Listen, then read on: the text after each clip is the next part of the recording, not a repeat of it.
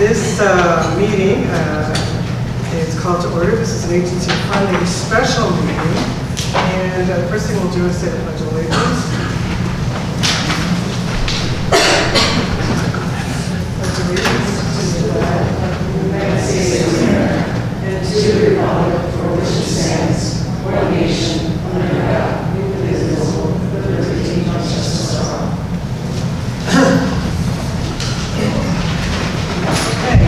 Welcome to the first evening of agency funding discussions. And may I have a roll call? Supervisor Diamond? Yes. Trustee Jones?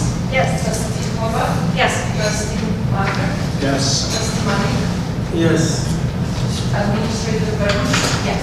And Department Head Director Dachinski? Lyon? And Sabine? Yes. Okay, thank you. Do we have any requests for public participation? No. All right. Okay, before we actually start with individual applicants, what I'd like to do is review the process that we've used in the past and probably will use again for determining which applicants will receive grants and how much they'll receive. Evan, can you discuss that? If you would step over to the mic. We've done this before, but if you refresh our memory as to the process we used last year, we can decide if we want to do that again or modify it in some way. Yes, so what we've done the past 2 years is that after the funding hearings, so after November 9th, the typical process is the department heads and administration, we will send in our personal recommendations for each agency. We will then give it to the trustees and such for the November board meeting. And so then you just have that information. In the past you requested that you would like that information. You then are going to give me your personal recommendations. I'm going to send an Excel document. You can either email it to me, you can hand me your paper notes, whatever works for you.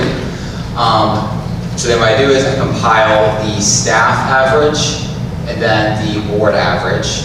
And then within December, the staff, we're going to have a recommendation meeting where we look at the average of all 10 of us. And we discuss basically, do we agree, go up or go down on the averages of what we do. We then give those numbers in the December board meeting, and then you all can decide if you want to vote to pass it or not. So that's what we've done the past few years. Can you remind me, after we have these two meetings tonight, we get the staff recommendations, you average the staff amounts and board amounts. Did we have a separate meeting in December to then determine which amounts we want to go with, up or down? Or? Yeah, so the staff will meet, historically we've done like a Friday, we meet and we discuss the recommendation, and then we offer the recommendations. Final recommendation. Yes, in the December board meeting. And then normally you all pass this, but that's when you would vote on it or not. We used to take the recommendations. Can everybody hear him? I think we used to, not that we have to do it this way, but we used to meet, the board used to meet, the final meeting, it would come up at the board meeting, and then we would go through the averages, and then if there was a change, we wanted him to increase it or not, we would just have discussion. But I'm not saying that that's necessary, because the process that you laid out is very good, but I'm just saying that sometimes we used to do that in the past. Okay, all right. Well, we have one more hearing date, and perhaps we can decide then what we want to do. I mean, in any event, we're going to have 2 hearing dates at a minimum. Yes. And we can decide that, and Kim, if you have any other thoughts about that, Okay. as to how that works, you can let us know, okay? Yeah. All right, so And then, as you were saying, the final decision is made at the December board meeting. Yes, assuming we all agree it gets Okay. passed. Okay, all right, okay, fine. Thank you. Thank you very much. All right, we will proceed now with the applicants being given an opportunity to make a presentation. And we have scheduled just a short period of time of 10 minutes for each applicant. So what we would encourage you to do is make a short presentation if you like and leave a little bit of time for questions. We do have your application, which is completed here, so we have that to look at and to refer back to also. So, is everyone ready? We'll start out. Okay, fine. All right, first one on our list for tonight is the Older Adult Services Home Delivered Meals.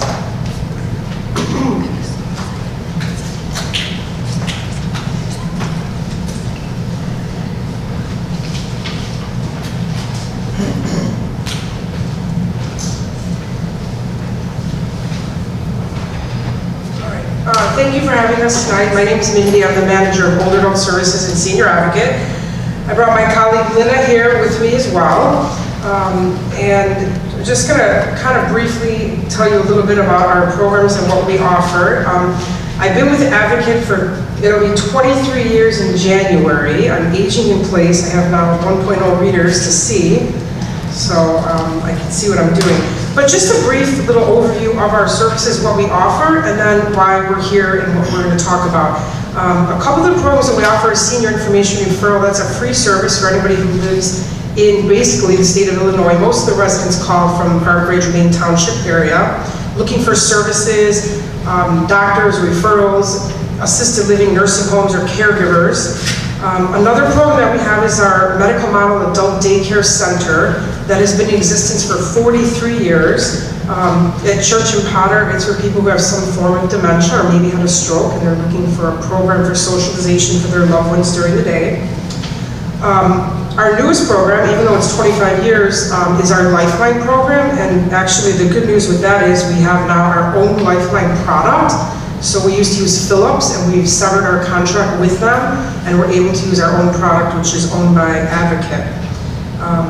Our Senior Advocate program has been in existence for 25 years. They help with billing questions, Medicare, SHIP, as you do here as well, and open enrollment. And the newest program is Expressions, which is for people with early stage memory loss, Alzheimer's, and any related dementias, and that just started about 11 years ago. But the reason why we're here tonight is really to talk to you about home delivered meals.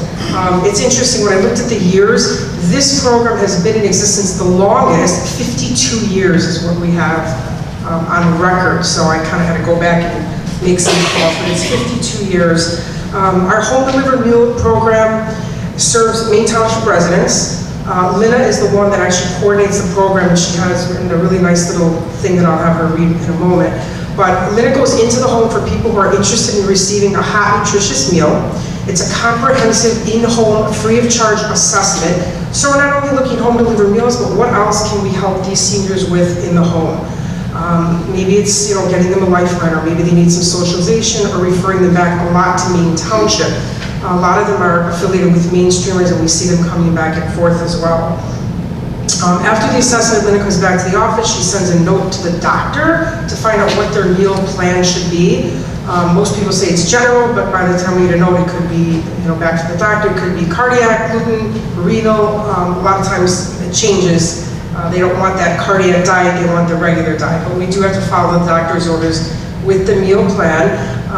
The meals are delivered from 11:30 to 1. It's a hot meal. All volunteers deliver meals. Lynn and I back up when we have a driver. All the volunteers are registered with Lutheran General Hospital. The food is cooked and prepared at Lutheran General Hospital. And like I said, any dietary restrictions, it's not an issue. We can cater to them. The cost of the meal is $6 per meal. And we've heard so many times, and I've shared so many stories where we're the eyes and the ears of the program, and just checking to make sure that these people who are homebound at risk, elderly, maybe their family's out of town, how many saves and how many good catches we've had has been amazing. There is the optional cold meal that they can also get, so it's not just the hot meal, but sometimes they want the cold sandwich to get them through on the weekends. and that is an additional 6 hours if that's something they need. We see that for people who are really coming home from rehab and weak and not able to prepare their own food for a few weeks, and then they seem to do better and are able to just get by with the hot meal. Linda's going to tell you a little bit more about the program. Good evening, everyone. I'm so grateful and proud to help coordinate our home delivered meals program, which, with your assistance, has had such a positive impact on Maine Township residents. This program greatly reduces hunger, malnutrition, social isolation, loneliness, and even depression within the aging population, as well as for adults with disabilities in this community. Because of this program, our meal recipients have the opportunity to maintain their independence at home and feel more empowered. For those individuals who cannot prepare their own food or access meals anymore due to physical, mental, or cognitive decline, home-delivered meals is a key part of prolonging and enhancing their quality of life. We receive such wonderful feedback about our home-delivered meals program. Several of the participants report improved health and nourishment from receiving these meals. Some examples of this include a participant who has diabetes states that her blood sugar has stabilized. Another individual has reversed a gastrointestinal condition, while a different participant feels more energy and strength after recovering from a recent fall. And yet another participant has been able to maintain a proper weight over the past year due to our consistent meal delivery. Our compassionate volunteer drivers not only deliver well-balanced and nutritious meals, but also provide an important well-being and safety check. These interactions can help our participants feel protected, less alone, and more socially connected. Additionally, for our drivers, just to say hello with a warm smile can be a bright spot in many of our participants' day. I know both our drivers and meal recipients look forward to seeing each other and sharing in this meaningful bond. We actually had an incident last week in which one of our participants did not answer her door. Knowing that she lives by herself, the driver tried to call the house phone and the cell number, but could not reach her. We ended up calling the emergency contacts as well. Luckily, within the hour, we found out that she was safe and at a doctor's appointment. When I spoke with this participant later, she was very thankful and relieved that we cared so much and that we were looking out for her. I want to reiterate how much your support of our home delivered meals program is appreciated and valued. Your funding ensures that Advocate Older Adult Services can continue helping vulnerable older adults and adults with disabilities in Maine Township. It truly is an incredible service to this community. Thank you. I will open the floor for any questions that the board members might have.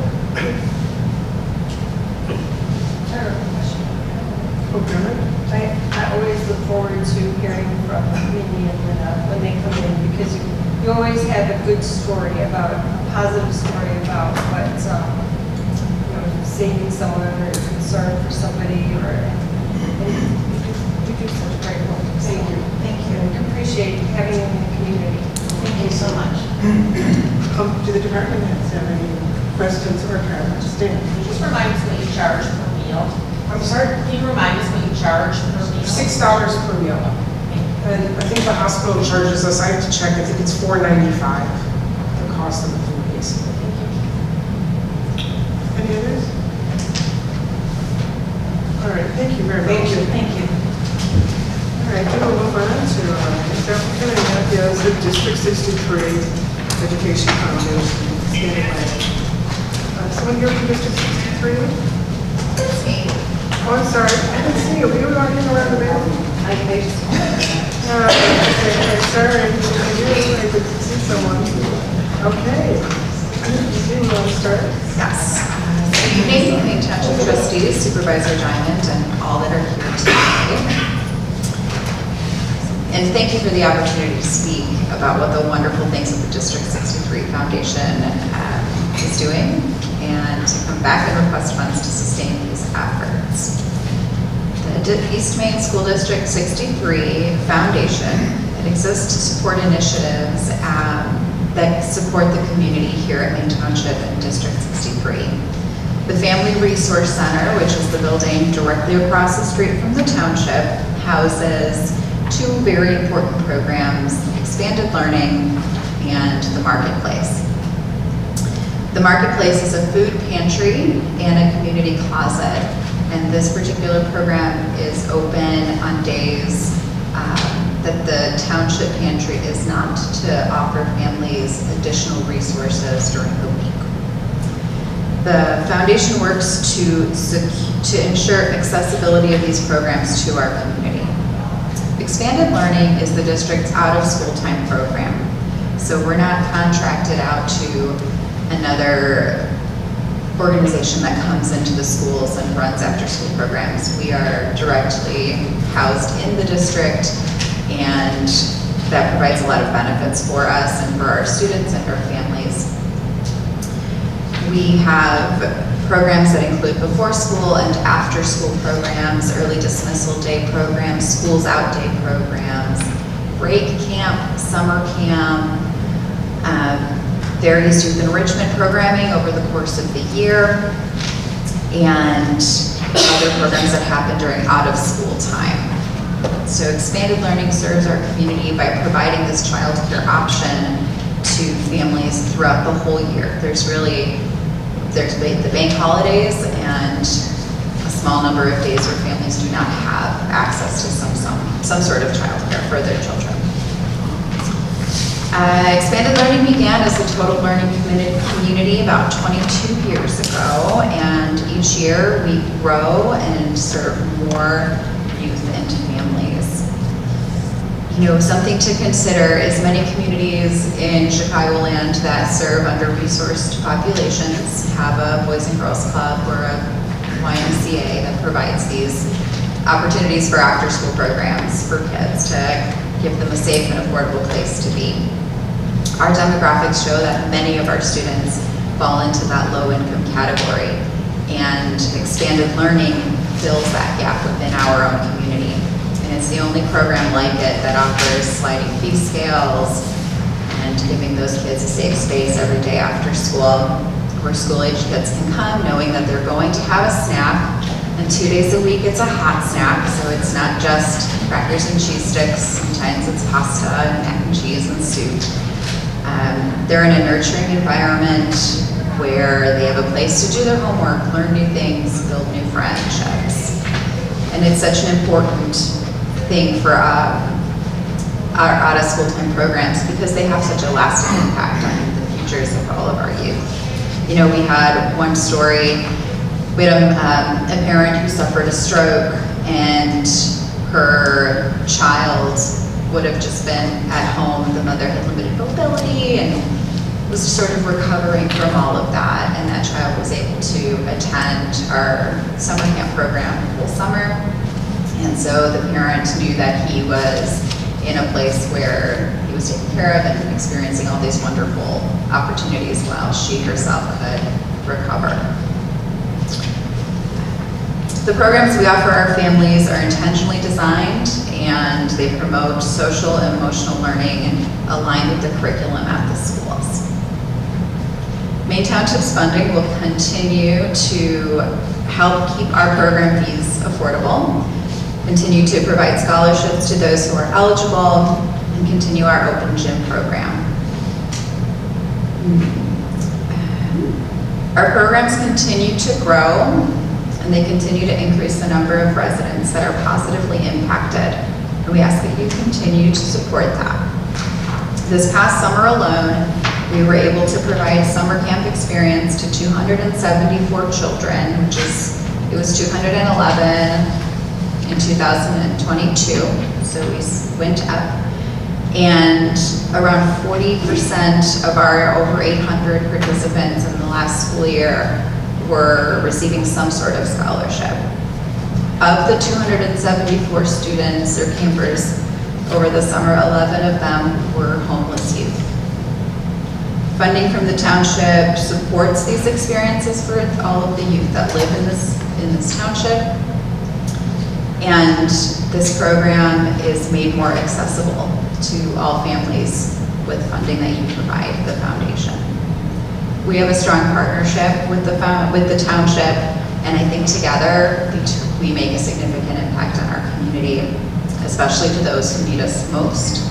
And I am so grateful for all of that.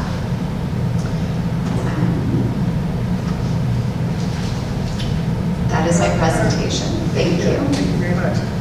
Any of the board members have any questions or comments? I have a question. Yes. It's kind of like, doesn't really say what your policy statement is, but it sounds like it's for poor families and kids most who don't have any place to go after school. It keeps them busy in those hours. It's not really learning it's to keep them occupied and giving the parents a break. Is that right? Like a daycare for kids who after school? Yeah, it's a child care program. It's not limited to kids who are low income. It's open to all, but with the sliding fees and scholarships, it is a diverse, socioeconomically diverse group of youth. Okay, and what ages are these? These are junior high kids, grade school kids, or? These are kids grades kindergarten through 8th grade. Okay. Okay, great. Thanks. Any question? I think you said your pantry's open some days when our pantry's not. What days are those? I believe, I should know this, it changed this year. Is it certain holidays, is that what you mean, or? No, so the pantry here is open on certain days of the week, Uh-huh. and then I know that our pantry is open to other days. Oh, I see what you mean. Yes. Okay, do any department heads have any? I actually do have a comment, and I just want to say how fortunate we are to have East Maine School District across the street from us, because they've been a great help to us to mainstream our programs this summer when we were planning our outdoor events. 99-degree heat index and 104. We had to abruptly at 3 o'clock change plans and change course and move everybody into the gym there. So thank you for that. It's always nice to have a backup plan. You're serving food and you can't just cancel an event. So thank you for that. Happy to partner.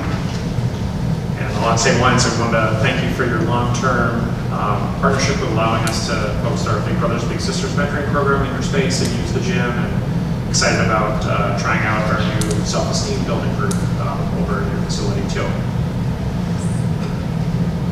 Yes. Can you delineate just quickly between the two budgets that you have on the back? You have one budget that's $54,000, and then you have a budget that's $450,000. Yeah, so I include both because the $450,000 budget is the one that is the program budget for expanded learning for the out-of-school full-time programs, and that is a district budget. So the lesser budget is the foundation. So the two exist separately. And the reason I include it is because I want everyone to be aware of how much it costs to operate these programs. So because that's where the money is going into the scholarships for those programs. Any other questions? Thank you very much. Thank you so much. Have a great night. We will now move on to our next applicant, Miracle House.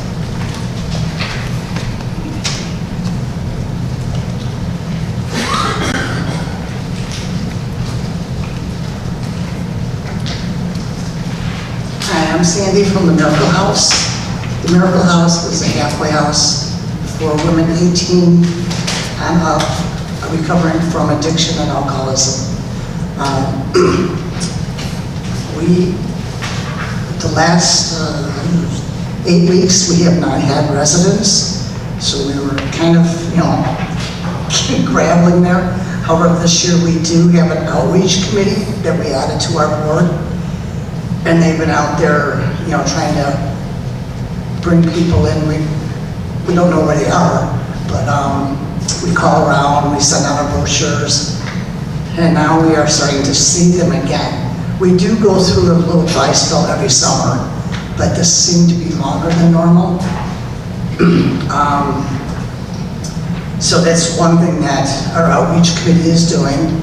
We also they have made suggestions that we open our home to parolees and even those that are wearing ankle bracelets, which we're going to do, as long as we have a privacy form that they have to fill out so that we are allowed to talk to the probation officers or whoever may call about them.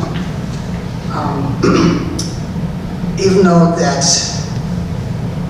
they, what was the other one?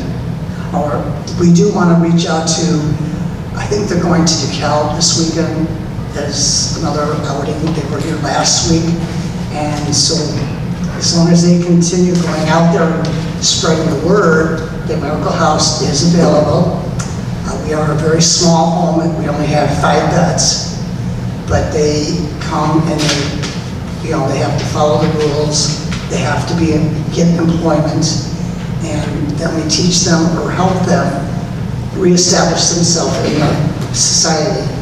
They have to do household chores, cook, and when they don't know how to do these things, that's where our managers teach them. We only have 2 paid employees, which are our 2 managers, and this is the first time in 10 years, excuse me, that they actually get an increase in pay. And that's just to help them out. Everything else went up, so we figured their salary should go up a little bit too. They are not there all day long with them because the residents do have to leave at 8 a.m. in the morning and have to stay out of the house until 4:30 when they come back, and that's for dinner. We do have curfews that they have to be in the house by 6 p.m. for dinner and stay until the next morning. And they have to attend all the 8A meetings that we have. We have the e-meetings, they're at our home. And we have them 6 days a week at our house, and then they have one night that they go out, but they have to go out together to a meeting. And our meetings are open to the public. It's not just for our residents. And we're encouraging through the outreach group that we don't shy away from those drug addictions or anything like that. We are an alcoholic-based organization, but we're welcome to anybody that wants to come or needs to come, as long as they want to stay clean and sober. We use Maine Township money mostly to subsidize, like this situation when we did not have any revenue coming in, and our meeting revenue is very little. It's usually like $400 or $500 a week. That just doesn't help pay for the household. We do have fundraisers. We just actually had 2 fundraisers this past 2 weeks. We had Kiwanis Peanuts, and we do that in Palatine through a resident's grandfather got us involved in Palatine. And then last Saturday we had our annual Fall Fest, which is a chili cookout and a bonfire. And we did very well. It's been years since we've done so well at our fundraiser. We had a lot of people. I think somebody told me there was over 100 people that had come in and out throughout the day. And we do have it in our own yard at the house. Our house is, it's very comfortable, and it's there to be a home for them. It's safe, and they get to know each other and live as a family, which when they're out on the streets they usually don't have.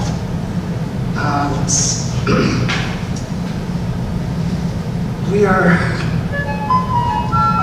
Sorry. That's okay. We are. Would you like to answer some questions for us? Sure, go ahead. Does anyone have any questions from the board members? Yeah. How long did you say you haven't had anyone residing in the house? 8 weeks. 8 weeks. Normally, in August, most summers we have, it's nice outside. They don't want to come in. They can live in wherever they want. And so we go through a little dry spell. But even though they're not there, we still have to pay our managers because they still have to maintain the phones, the mail, and they have to be there every day to open and close for the meetings. because somebody has to be there on board. And we have 20 volunteers on our board this year. So I think that's what helps with our fundraising group, because everybody pitched in. All the years I've been doing this, I don't remember you ever saying that you had trouble getting Residents. Yeah. It's because we normally at least have one. Even one is better than none. Yeah. And it's just spreading the word again and getting the word out. Because there's a lot of focus on drug addiction, and it's like they just kind of put alcoholism to the side. So I'm not sure if that's why, nobody cares about us, so we're not going to go in and get help. But we're trying, and we're putting the word back out there because we're open and we're ready. Thank you. You're welcome. Other questions? I just wanted to thank you for your efforts. I don't know about anybody else, but I care about this particular charity. Thank you. One of the good ones that I think jumps right off the page. And I thought I knew what donated, and that's what I was trying to find out. So sorry about that phone motion. That's okay. Thank you for your efforts and continue to do so. Thank you. We can only continue with the support of Maine Township, which has been very supportive for the 10 years that I've been coming here and doing this. Any questions from the department heads? I have two questions. One, I know in the past you said you don't accept any residents who are receiving medication-assisted treatment. Has there been any discussion on any flexibility with that? I'm just wondering if that might help. We have added Vitrol to our list of medications that we will accept. And I know they have changed a few things, but there's still, we're not comfortable with Suboxone because it's an opiate, and we test them all the time, and they're going to come out dirty. And when they come out dirty, we usually kick them out. So we're still deciding or working on that. And my other question was just a numbers question. On the first page of the application, you said the total cost of services is $60,000, but the average cost per client was $87,000. If you serve 13 clients, that would only be a total of $1,100. So I'm just wondering which one of those numbers is maybe incorrect or a typo, do you know? Well, the $60,000 is to run the house, and the client is just, I guess, the residents coming in, and so we didn't break it out by how much of it is actually for the clients, even though all of it is. I mean, the electric, gas, everything is for them, but that's where the $60,000 comes in. So the total cost for everyone was the $60,000. Yes. And you had 13 clients last year for Maine Township, is that right? Correct. And some stay 3 months, and we've had several stay now for 8 to 9 months, And the longer they stay, the better off they are going out into the world. Any questions? All right, thank you very much. Thank you. Thank you. Thank you. Next, we have the North Suburban Legal Aid Clinic.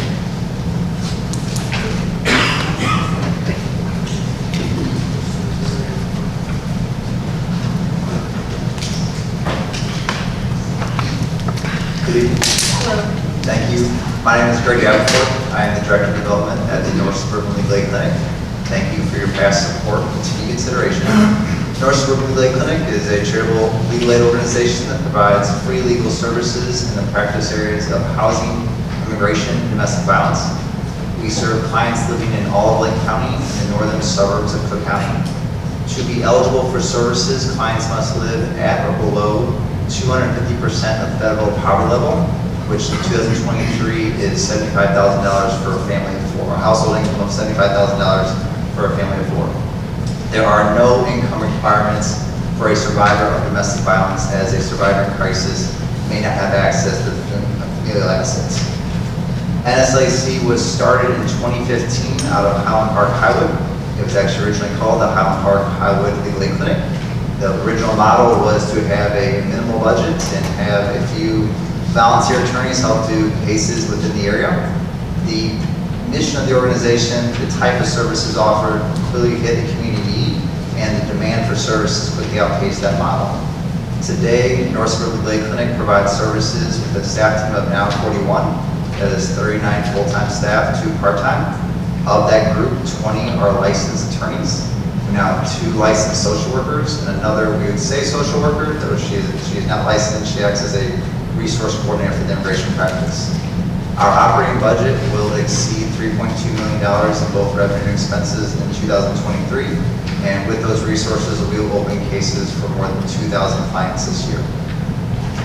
We greatly appreciate the support of Maine Township and partners throughout, because as I mentioned, we do not charge any fees for services, so every dollar received through charitable contributions, grants, donations truly goes to help more serve clients in need.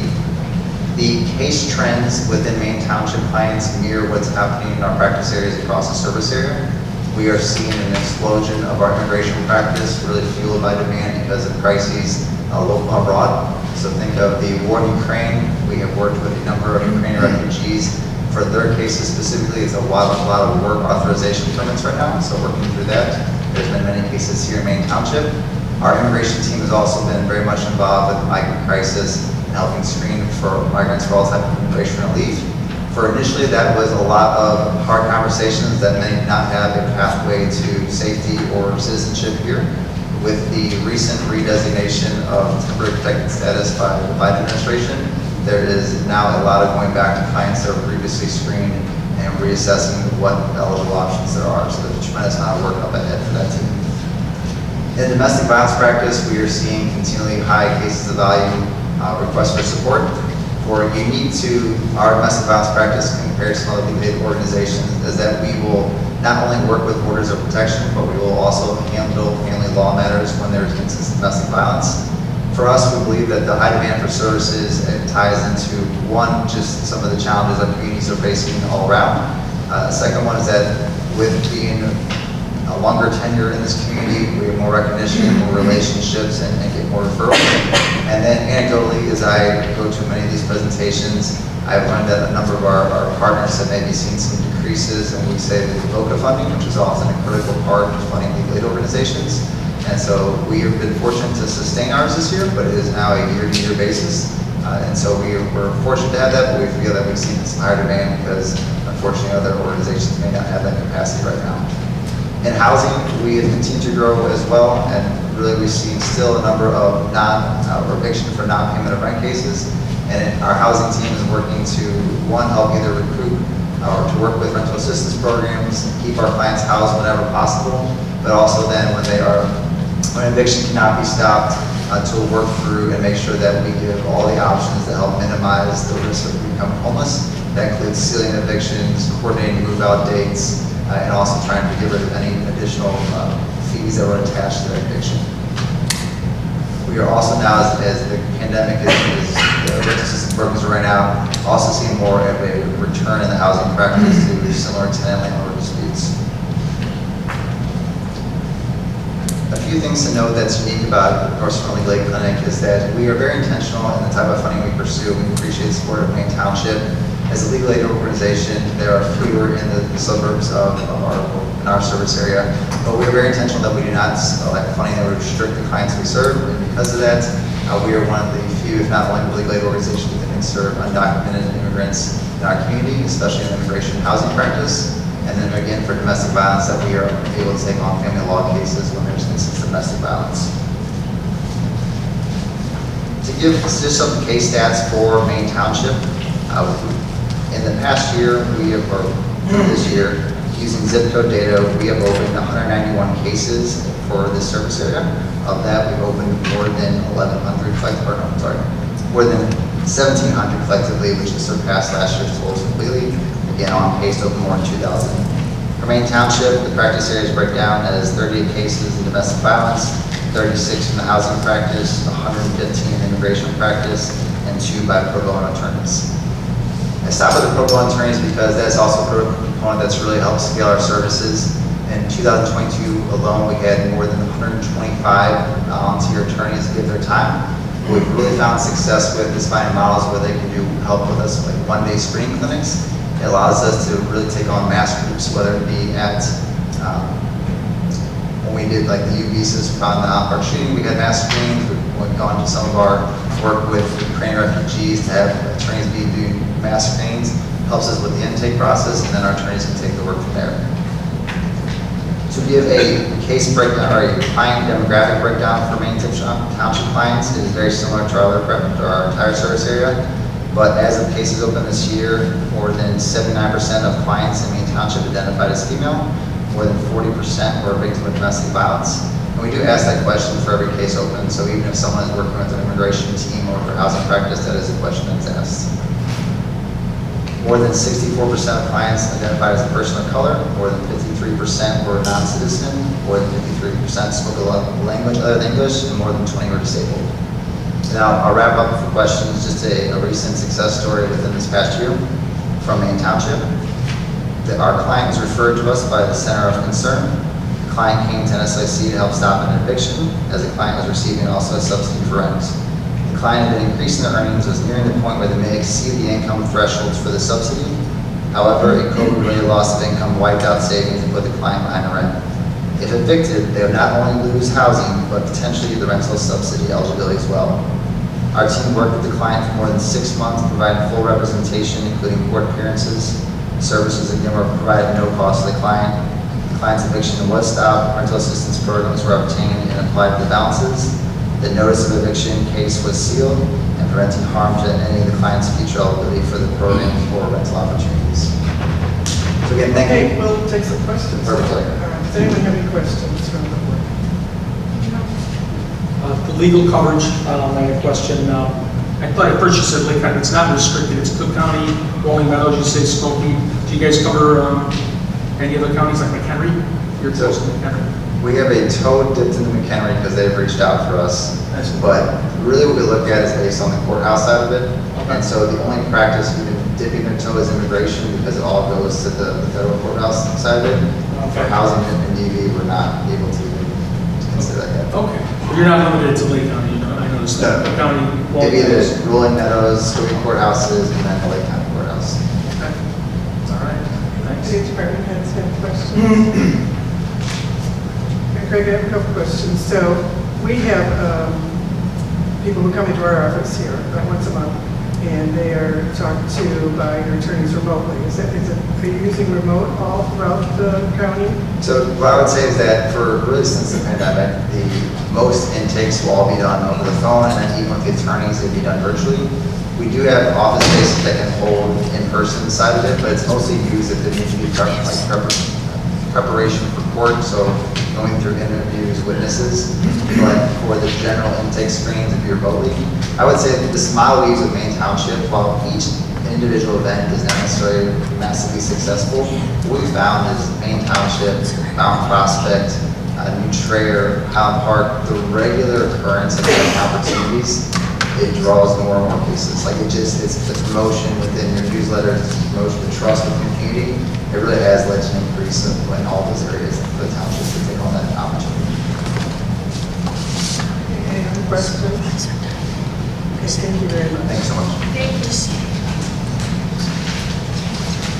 All right, our next applicant is the Wings program.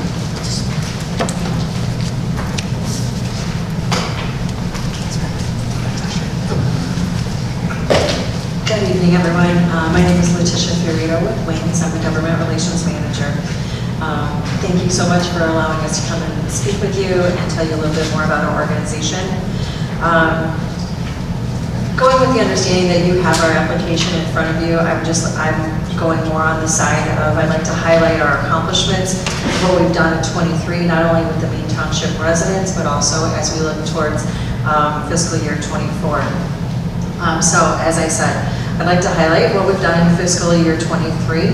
And our fiscal year is July to June, so it does cross your program year 2 different years.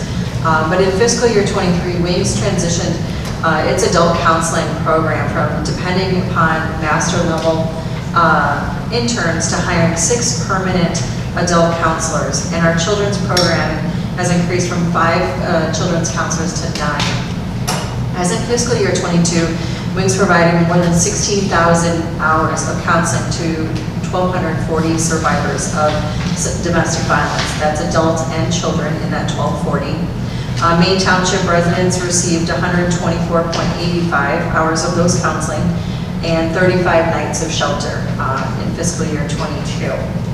And Wings continues to follow these key trends, which are our specialty, which include the mental health services and our diversified housing. As Wings has entered its fiscal year of '24, we are preparing to open our first community-based counseling center, the Foglia Family Resource Center. And if you might have heard me, I did say the Wings Foglia, Wings Resource, Wings Community-Based Center. And the reason why is we're being very intentional on making sure that our name is actually not on that, so that when community-based residents and members and victims are seeking out counseling and safety planning, resources and referrals, they can go there and just say that they're going to this resource center, or they're going to the community-based center, versus and having kind of no paper trail per se for the abuser. And also so that the abuser cannot attach our name, domestic violence, with that resource center.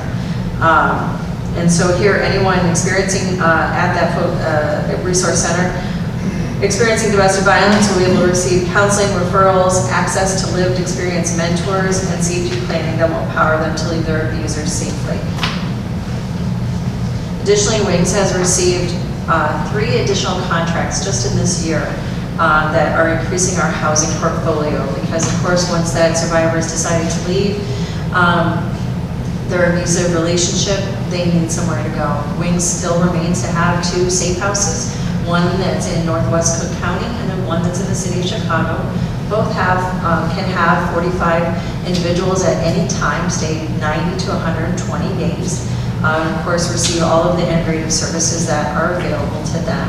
However, once they are ready to leave the safe house and the shelter, emergency shelter, they need somewhere else to go if they don't have necessarily a plan by themselves that they've created. So Wings has added 23 more transitional housing units to just the transitional housing portfolio, which increases it to 49 units. And we've also are increasing our permanent supportive housing portfolio from 8 to 18. And we are actually crossing over into the city of Chicago with part of that increase, which is exciting because we offer all of our housing units are on a scattered site model, which means that wherever the client, the survivor, finds that is the best house for them for all of the reasons that are going to continue to help them live fully employed, and they have access to transportation, and their children have access to the school that they need and want to be in, and perhaps their supportive family members and friends are near there.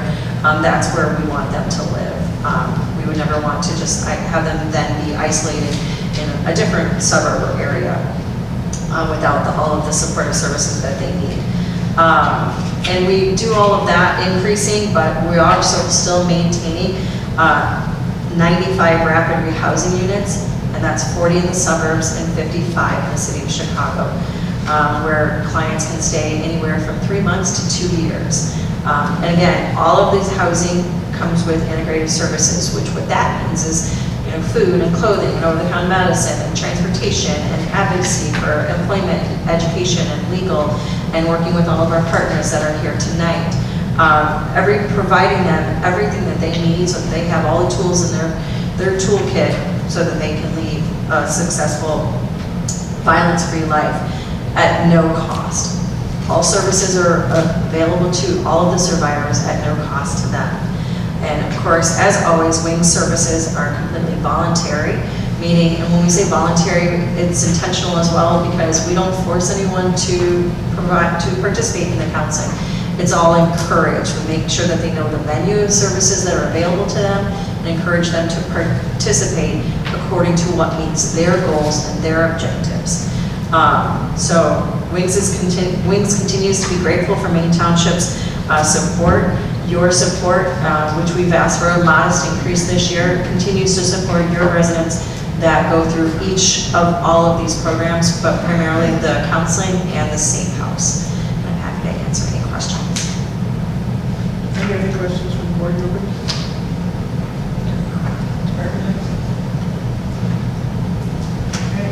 Thank you so much. Thank you. And our next applicant is Zacharias Sexual Abuse Center.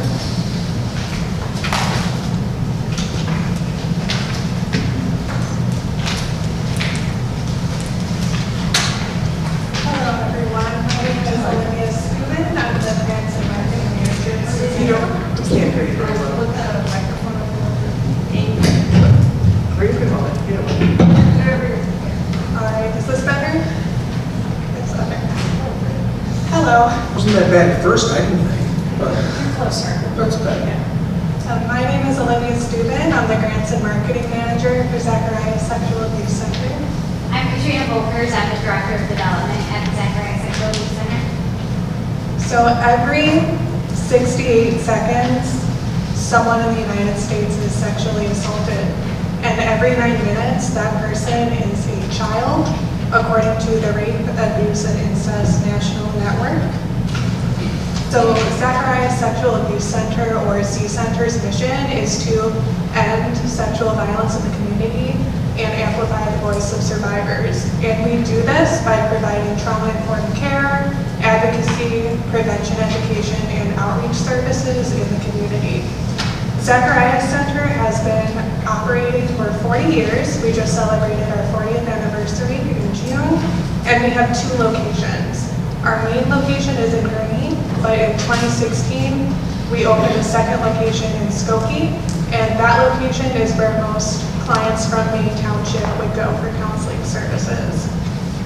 In last fiscal year, we saw 524 counseling and advocacy clients, 190 of which were children, and we also took 476 support line calls. From Maine Township, we served 18 people. 11 of those were counseling and advocacy clients, and we served those people for 141 hours, and then we took 7 support line calls for about 4 hours.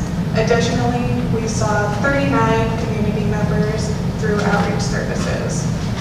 So to go into C-Center's programs, the counseling program has several options. We do offer a 24/7 support line, so that callers coming from anywhere can call into our support line if they're in crisis or just need a little bit of support. Our counseling services can be in person or virtual, and Skokie or in Gurnee. We have individual and group counseling. So individual counseling, it can be crisis counseling, which is considered 1 to 3 sessions, and then supportive counseling is longer term, so 9 to 12 months. It can be a little less or a little more, depending on the client needs. And we offer any of our services, and we have bilingual staff for these services, and we also have translation services available if they're needed. We also have several groups for counseling. Our peer-led survivor group has been going strong. We meet about once a week. And if that was a client idea that they came forward with, and C-Center has supported that, and their next meeting is this week already. We also have a teen survivor activity group, which meets once a month, and that's a little less intense as a full-on counseling session, but it is an opportunity for teens to come together, and they know they have similar experiences, so it's another way for them to receive some support. Our virtual adult survivor group just wrapped up, but the clients really enjoyed it, so they're considering either extending that group or starting it again soon. Moving on to our advocacy services, we offer medical and legal advocacy. So our medical advocacy is based in Lake County, and it is a 24/7 line, just like our support line. And if a survivor presents in any hospital in Lake County, they will call Z-Center, and an advocate will go out and meet them within an hour of them presenting. And the advocates come equipped with supplies like fresh clothes, also a folder of information for the survivor to review. Sometimes it's too much for them to get all of this information at once, so it's nice in a folder for them to take home and review later. So we will offer emotional support and address their questions. And to them about their rights during the forensic exam if they choose to go through that. We also can advocate for survivors in police stations and courtrooms, either with or on behalf of them. And we are expanding our prevention education programs this year. So we offer sexual violence prevention education from pre-K all the way up to college. And while this education is available to pretty much anybody who requests it, we do prioritize under-resourced and underserved schools in the community.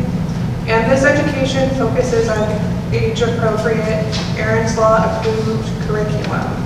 So for the younger ages, it focuses a lot on consent and boundaries, their rights to their bodies. And as they get older, then we bring in what healthy relationships look like and even laws in the state of Illinois. The Z Center is also digitizing their curriculum. So we're bringing in unique animated gender-neutral characters to help present this information to children. They relate a lot more to the digital media than a teacher lecturing them in the front of the room. And this will also help us expand our service range, including Maine Township, because this curriculum will be easier to share with others.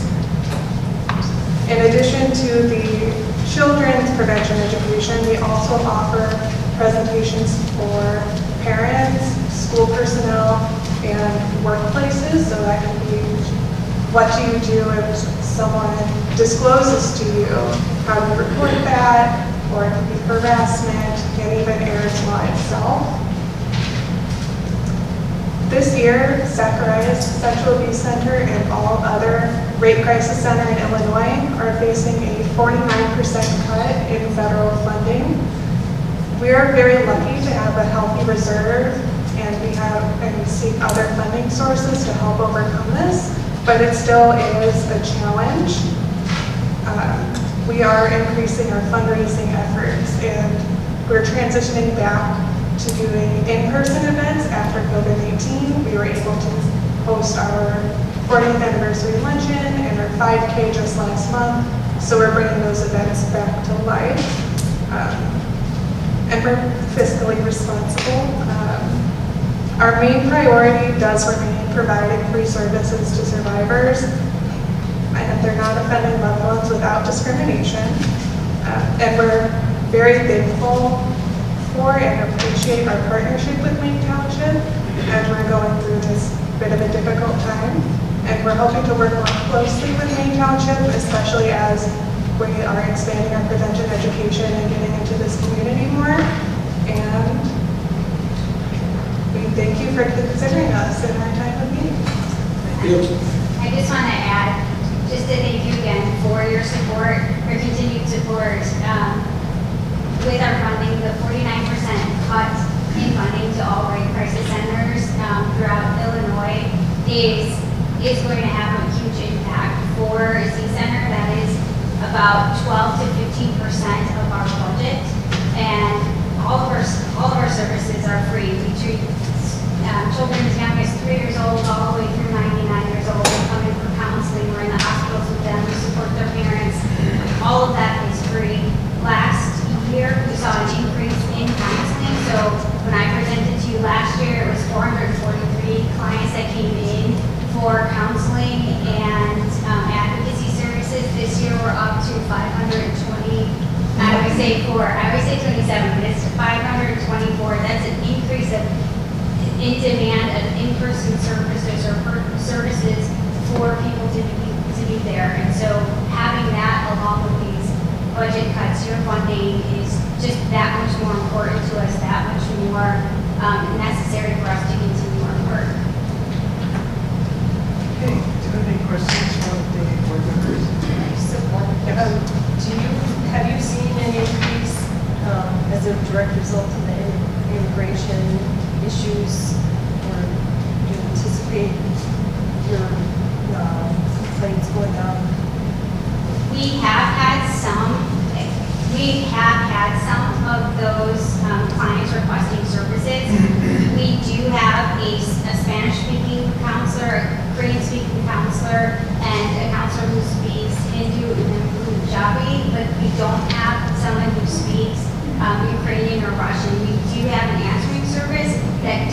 translate for us to help us with survivors. Sometimes they do want to continue working with us, but it's really hard to tell something deep and personal through a translation service. So if our client is uncomfortable with that, we will help them find services that do speak their language a little bit better. So we haven't seen a huge amount because we don't have a dedicated person who speaks Ukrainian or Russian.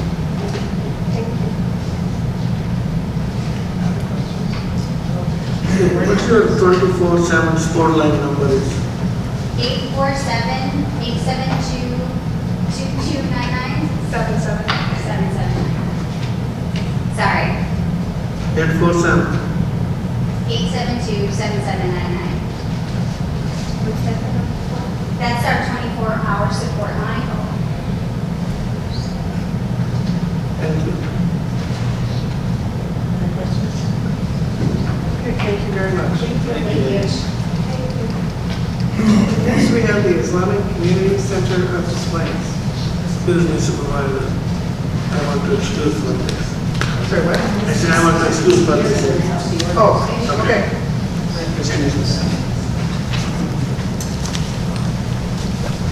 Good evening, everyone.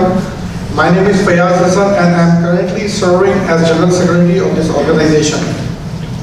I want to take this opportunity to thank Maine Township for the warm welcome and to include us in their exceptional approach to help the community and expand our services further. The Islamic Community Center of Displays, which is also called ICCD, is a vibrant and inclusive institution that serves as a pillar of support and unity for the diverse community it resides in. ICCD is committed to providing a wide range of services and programs that cater to the needs of individuals from various backgrounds and faiths, not just Muslims. One of the key ways in which ICCD contributes to the community is through its outreach initiatives. The center actively engages in interfaith dialogue and collaboration, fostering understanding and harmony among different religious groups. ICCD also organizes educational programs and workshops that aim to promote tolerance, respect, and cultural exchange. Additionally, the center offers social services such as food drives, clothing donations, medical services, and assistance programs to help those in need, regardless of their religion affiliation. Through these efforts, ICCD strives to create a welcoming and inclusive environment where individuals can come together, learn from one another, and build strong bonds of friendship and cooperation. The Islamic Community Center of Displays recognizes the importance of education and challenges faced by low-income individuals and refugees in accessing quality schooling. As part of its commitment of serving the community, ICCD has established a school program specifically designed to support and empower these marginalized groups. The program aims to provide educational opportunities and resources to children from low-income families and refugee backgrounds, ensuring they have access to a well-rounded education at very minimal or no cost. ICCD's school program offers scholarships, tuition assistance, and mentorship programs to help alleviate the financial burden on families and provide a nurturing learning environment. Furthermore, the program collaborates with local organizations and volunteers to offer tutoring, language support, and after-school activities to enhance the educational experience to these students. By addressing the unique needs of low-income individuals and refugees, ICCD's school program strives to empower them with the knowledge and skills necessary to succeed academically and build a brighter future. This organization is from 1996 and we have an open door policy and we support everyone. And we would like Maine Township help in this to work this organization smoothly. Thank you. Questions?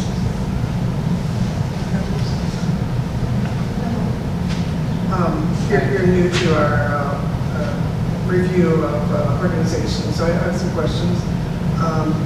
Your statement says that your operating revenue for the year ending 2022 was 1.2 million approximately, and the expenses were 875,000. So that is roughly what your income and income and expenses are for each year, is that right? Yes, ma'am. It's totally like a donation basis. I'm sorry, what? These are all donation basis. Okay, all right. And then your net, it says about net assets beginning, and that's about 5 million. So is that's savings there that you? Yes, yes, ma'am. That's correct. All right. And you've also had a couple of properties donated, you purchased or Yeah, someone donated, like Ivanka, there is an organization, they donated recently one of the properties neighboring to us. All right. And I had a question on your first page. It says you provide rental assistance through CIOGC. I'm not sure what is that. What's CIOGC? It's a council which is the head of all our organizations, which is called Council of Islamic Organization of Greater Chicago. It's in downtown Chicago.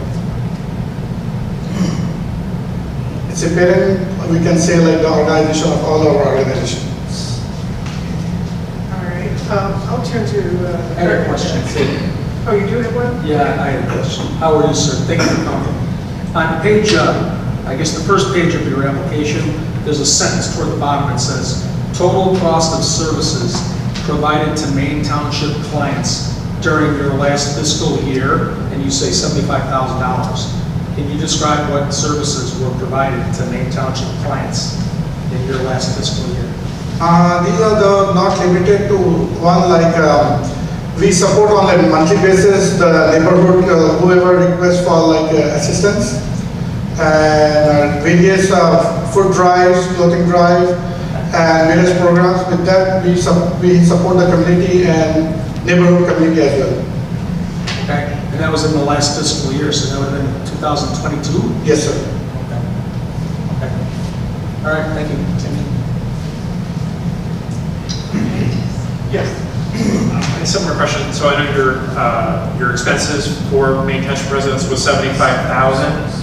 Your request is $245,000. So can you explain why you're requesting so much more money than you're actually spending on serving residents currently? Sure, good question. Yeah, within the last year, we have seen a very drastic change in like refugees coming into our organization for the help and support. So every if one family comes, they have like easily 4 to 5 kids with that. So our organization is getting the overwhelming request for the support. So we are trying our best to support them, educate them, and even we are trying to give them the rental assistance as well.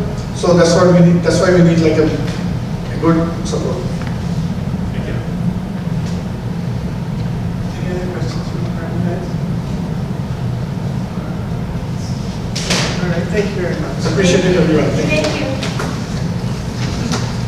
Take a bathroom break at some point? Oh, sure.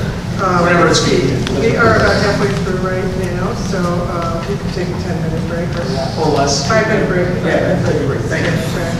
That's okay. Thank you. All right, we are now going to resume our hearings. The next applicant on our schedule is the Northwest Suburban Daycare Center. All right, would you like to step up to the podium?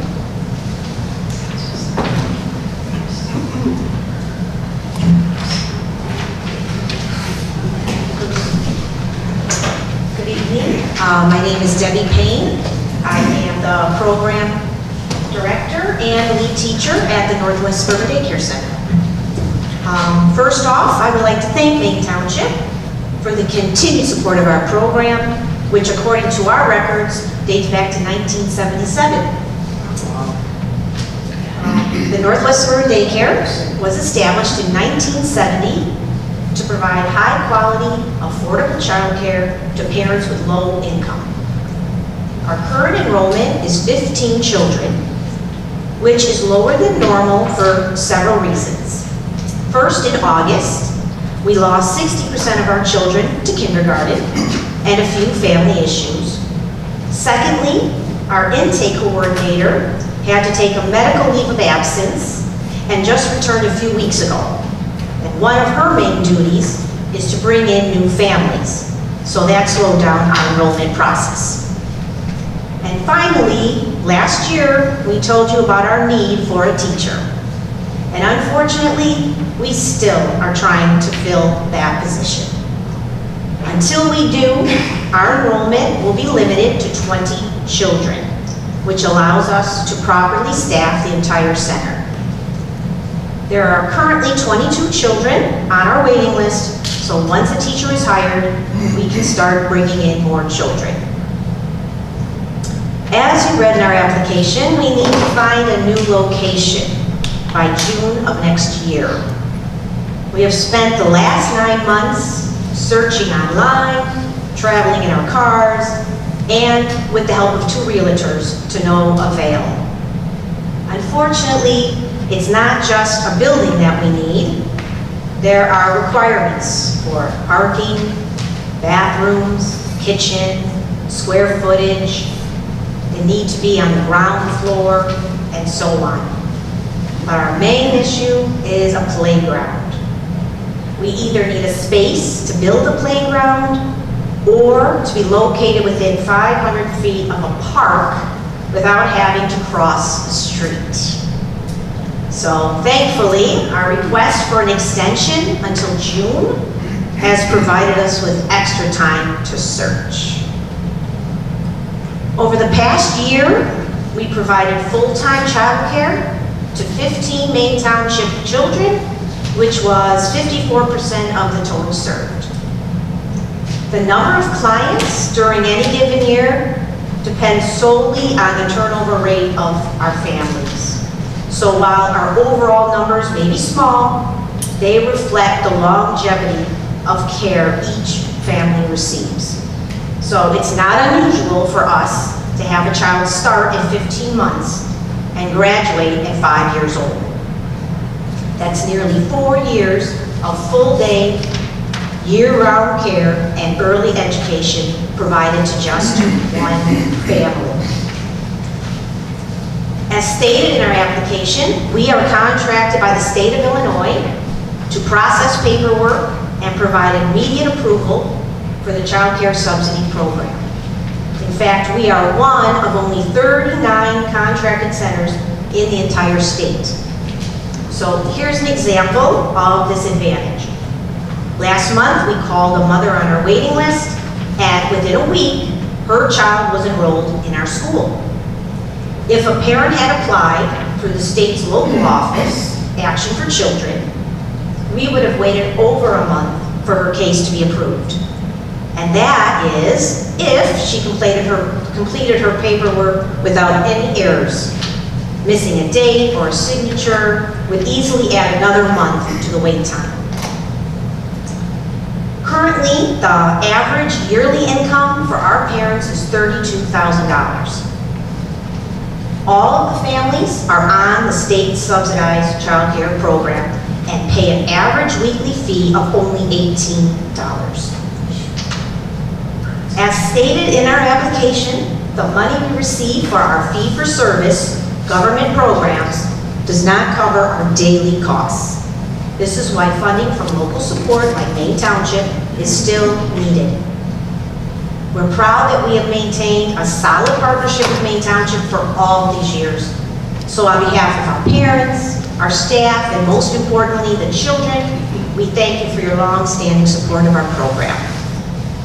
Thank you. Any questions? Yes, questions? I was just wondering why you need to find a new place. Oh, well, the building we have been in for rent-free, now they want to expand. So we knew that when they came, but we did not know we'd only get a year notice. So that's been tough. Why are you having such a difficulty hiring a teacher? First of all, the applicants are few and far between. To be honest, I don't know. I don't know why there are not enough people applying. And then when they do apply, if they don't have the requirements we need, we can't hire them. So we've had staff, for 15, 20, 35, 40 years still at our center. So when they're good, we keep them. You said you need a building by a playground too, so not only are you in a hurry to get a new location, but it's got to be near a playground. We have to have a playground. If we don't, it has to be near a park, and we cannot cross a street to get to that park. That's additional to. It does. It really does. The playground is the hardest part, just the hardest part.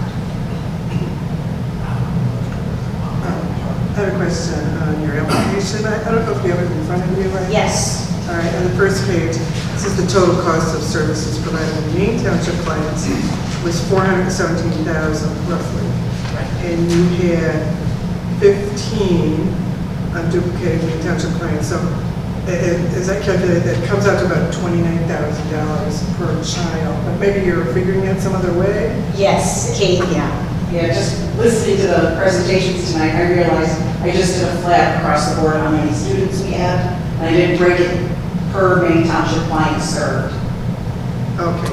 So that's why it's really, the 12,000 is for 33 clients served, not the 15 Maine Township. Okay, so it would really be like roughly $29,000 per Maine Township child.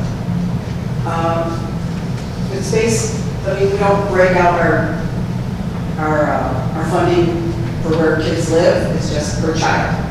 So that's where I get the 12,000. Sorry about that. Do you have other questions? Yes. Are you filled to capacity now with your children? No, we can go up. We have a waiting list. Right now, can go up to 20, and when we get a teacher, we can go up. We have 23 spaces for children with the contract of the state.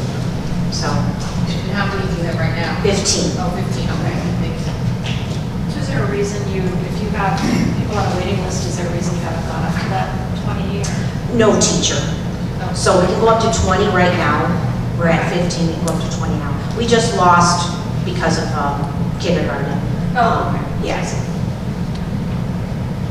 Do you have the funds to pay for the building or pay for rent? Because you Right, have for been rent. free forever. Right, you are correct. This is going to be another challenge. We're not looking into buying, just because of the maintenance. If anything goes wrong, it's all on us. Even now, it's hard because we basically split everything 50-50, which gets costly if it's a roof repair, air conditioner, it does add up. So we're just looking at renting. Any other questions or comments? My comment is Des Plaines only $4,500 from Des Plaines on. Pardon? Get $4,500 from Des Plaines. That's it, right? Yeah. And they can do better, they can get to the help out of it. What's that in there? Have to talk to the mayor. All right. Thank you very much. Thank you. Our next applicant is Fish of Park Ridge.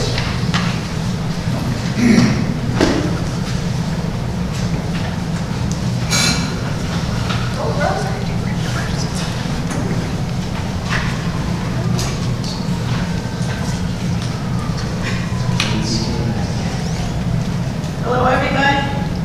My name's MJ Merrick. This is Kate Brzezinski. We are the new president and treasurer of Fish of Park Ridge.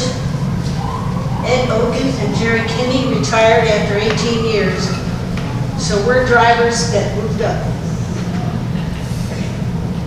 I hope people are familiar with us. We've been supported by you since, well, we've been in operation since '71, and we've been supported by you since like 2000 or something.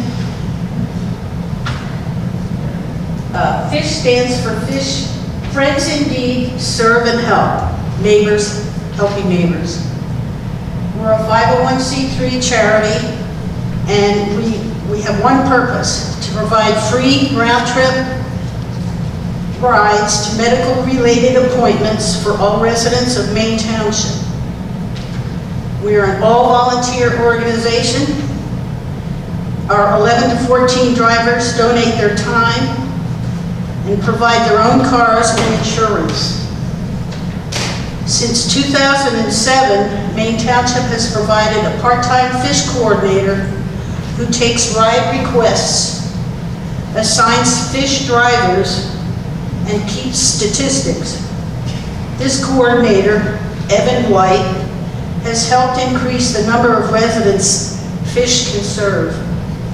It is very popular.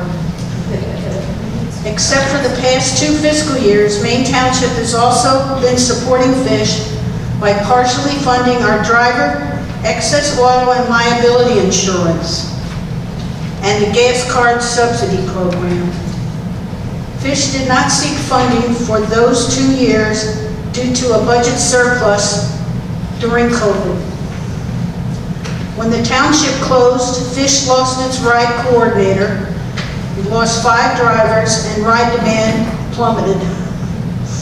Besides spending down the surplus, a few Fish drivers have waived their gas card subsidy. The need for transportation to medical appointments is steadily rising to pre-COVID levels. In 2019, Fish provided around 590 round-trip rides.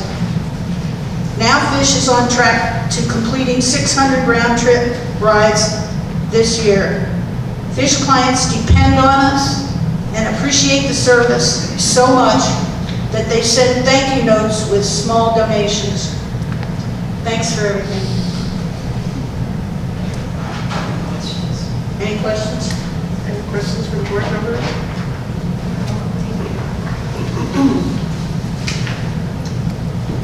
So when can an individual get a Fish, sorry. We did have questions, sorry. We fooled you. You can sit. Okay, or not. I thought people were familiar with Fish. Around so long. Well, we dropped out last year, so we got the young got unfamiliar. Oh, that's right, you're right. So if an individual wants a ride from Fish, they call a number, and what kind of requirements do they have to meet? They have to be a Maine Township resident. They fill out an application before they can call us, and they're screened. Screened? For residency only. Okay. There's no means testing or anything like that. Does their doctor have to be in Maine Township too? Yeah. And Right. your volunteers, they probably don't have handicap accessible cars, do they? No, okay. I don't understand the question, sorry. Oh, okay. What was it? Oh, no. Okay. Let me just say that you have to be ambulatory to use our service. Okay. Walkers are okay. So whether or not a person can get a ride would depend on whether or not there was a volunteer who wanted and was able to do it at that time, is that right? Evan White does the matchup of ride requests, and he tries to get, I think he tries to get the driver who lives closest to the client, save gas, you know. So like Des Plaines drivers drive Des Plaines clients, that kind of thing.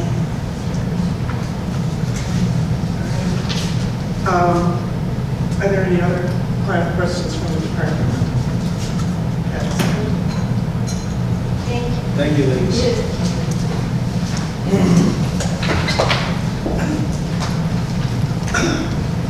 Okay, our next applicant is Life Family Health Service and Mental Health Center. To be understood. Where's my audible? Good evening. Thank you for having me again. My name is Jennifer Hamilton. I'm the CEO of Life and Family Service Mental Health Center in the SHARE program. I've just completed my first year as CEO, although I've been employed here since 1999, so I'm a long timer.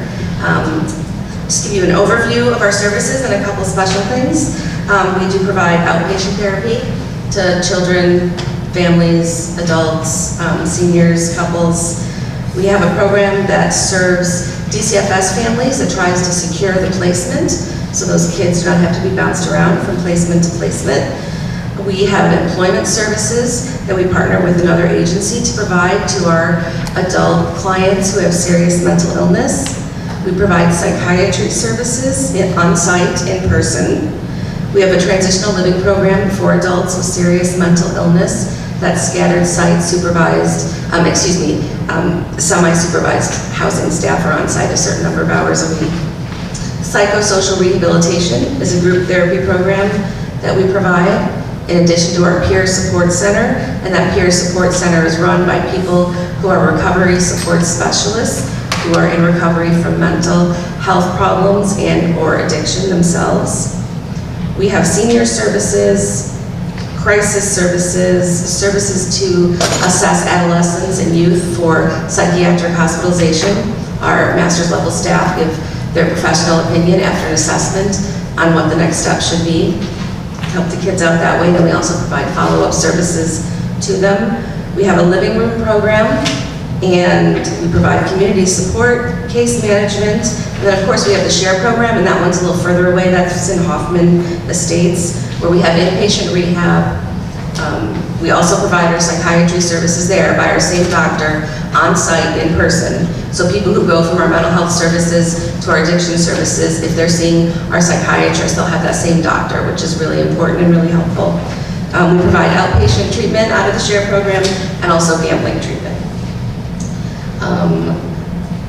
Let's see here. So some of the services, especially where we do see a lot of Maine Township clients, and we're not able to always capture the numbers for some reasons I'll tell you about. One of them is our living room program. That is a program that is, you don't need an appointment, you don't need to have any insurance, you don't even need to tell us your real name if you don't want to. It's something that the state is doing to really reduce unnecessary psychiatric hospitalizations and also to take some of that burden off of local law enforcement to have to deal with people who are experiencing distress. So we don't collect numbers for that service, but it's very popular and it's going really well. Our living room program is actually going to be moving to 24/7, 365 at the beginning of January. That's going to be a big move for us. We're working on hiring a lot of extra staff, and we expect to see a higher number of people in that as well. We also provide senior services, and we are on site in Niles and Henrich House, 6 hours a month per their request. And our aide who's there, she has her computer and her printer, and she helps people apply for benefits right there on the spot at that location. There's usually a very long line for her. Our crisis department does receive direct 988 handoff calls from the 988 suicide hotline. That's always answered 24/7, 365. And they will come out to in person. It's not just via phone. We are the primary crisis provider for Park Ridge and Des Plaines as designated by the state, and we are secondary for the other parts of Maine Township, although we do help the primary provider cover some of those hours. We work together very well in case any difficulty to make sure those hours are covered.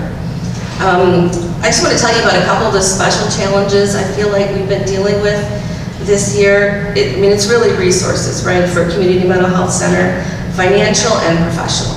So of course, any funds you give us do help to cover the cost of services directly to the clients. It also helps to pay the staff a little bit more of a living wage so I can keep them employed so they can keep serving more people. Certainly can understand the woman who's saying she's having a hard time hiring a teacher. Master's level clinicians are not applying at community mental health centers in the numbers they used to. I'm finding that it's largely a group of students who did their internships online and virtually and are kind of looking for that model moving forward in their careers. So we're struggling with that, but we're trying to provide special trainings and offer the best perks we can and the best salary that we possibly can. So your funding is really instrumental in that as well, in order to not only keep serving the number of people we're serving, but to increase the number of people we're serving. And the number of Maine Township residents served this year, not including the food pantry, the living room, or the crisis department, because we don't take stats on those, is 214. So what I've asked for is half of the cost of serving, our full cost of serving 214 Maine Township residents, and we can cover the rest of the cost with our fundraising efforts and Medicaid billing and other grant opportunities. That's it. Any questions? Any questions? That last thing you said was interesting, 120. Your request is 64 because it's half of 120 something? Exactly. And 120 came from? From the number of clients that I know for sure we served based on the cost of that service. Okay. In Maine Township? In Maine Township. Right. And we still pay about percent. Hanover and Leiden Township also contribute the lion's share, is that right? 420,000 from total from Hanover, Leiden, and Maine Townships, right? Hanover, that's interesting, actually, they make that money available to us, but then we can only use it when we serve Hanover clients, so we don't often get a lot of them. But that money is available to us to serve those clients should they come for service. Maine Township does give us 3 grants, Leiden Township, a great deal of funding, and that's very helpful to us, yes. Okay. It's about 300,000, approximately 300. They provide the lion's share, we do 56. Yes. All right. Are your 56 beds, are they filled to capacity? I'm sorry, say it again, please. The 56 beds that you have for the inpatient, are they pretty much filled up to capacity, or where are you?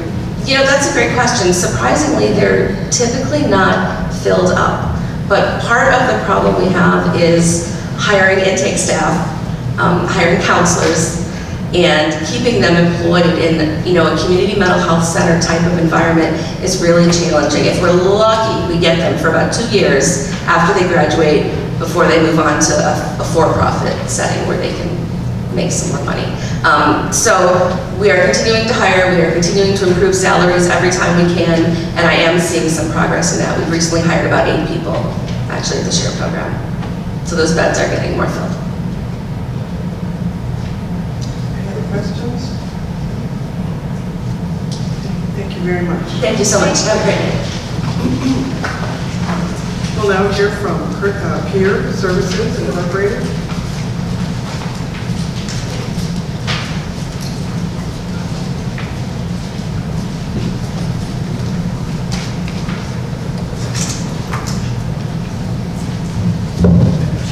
Hi there. Can you guys hear me? I'm Ann Brown. I'm the Development Director at Peer Services. Our Executive Director, Noyfriel Lopez, was going to be here with me, but he got sick this week and he's really not feeling well, so he is at home. I wanted to just share a little bit about the background of Peer, about what we do. So we provide prevention and outpatient substance use treatment services in Northern Cook County. Over the past year, we have provided Maine Township residents with early intervention counseling for adolescents and their families, addiction counseling for teens and adults, and medication-assisted recovery services for adults with opioid use disorders. A few things that set us apart from other substance use treatment providers are, first, that we accept all clients regardless of their income or insurance status. And this includes uninsured clients and those using Medicaid and Medicare. More than 90% of our clients are low-income individuals who count on Peer for affordable treatment. Our master's level clinicians provide the same high-quality treatment to uninsured and Medicaid clients as we do to those with private insurance. Second, as a small nonprofit, we value and are able to offer a level of professionalism and care that exceeds that of many treatment providers. So this is particularly evident in our medication-assisted recovery program, where we currently offer methadone, but we are adding Vivitrol. Actually, we've just added Vivitrol, and we're adding buprenorphine. We're really excited to be able to offer an all-meds clinic where clients really have a choice of what medication they can access to assist with recovery from opioid addiction. So in addition to receiving medication, our clients also receive weekly trauma-informed counseling and case management services. So each is really known by our counselors, by our nurses, by our medical director, and there's just a real level of care and interaction that our clients experience. They receive wraparound care, including referrals to partner organizations. We have a bridge psychiatrist who works with clients with mental health issues and psychiatric issues in addition to their substance use issues. And all of these things are supportive of sustained recovery. I wanted to highlight 2 programs, one that is new and one that we are expanding that are supporting Maine Township clients. The first is a partnership with TASK, which is Treatment Alternatives for Safe Communities. It's called the Second Chances Program, where we are partnering with TASK to provide a supportive pathway to treatment for justice-involved individuals with substance use disorders. So TASK is adding an additional case manager at the Skokie Courthouse who is working with clients and identifying those with substance use disorders. They are then transporting them to PEER, where we accept the clients and do an intake process and then continue to collaborate with TASK on an ongoing case management system that supports recovery and really supports these very vulnerable high-needs individuals to help them re-enter the community and have sustained recovery and reduce recidivism. So we're really excited to start that, and we anticipate that some Maine Township residents will be part of that program. The second program I wanted to highlight is our expanded art therapy programming. So we now have 2 open studio workshops weekly where clients of PEER can come and make art.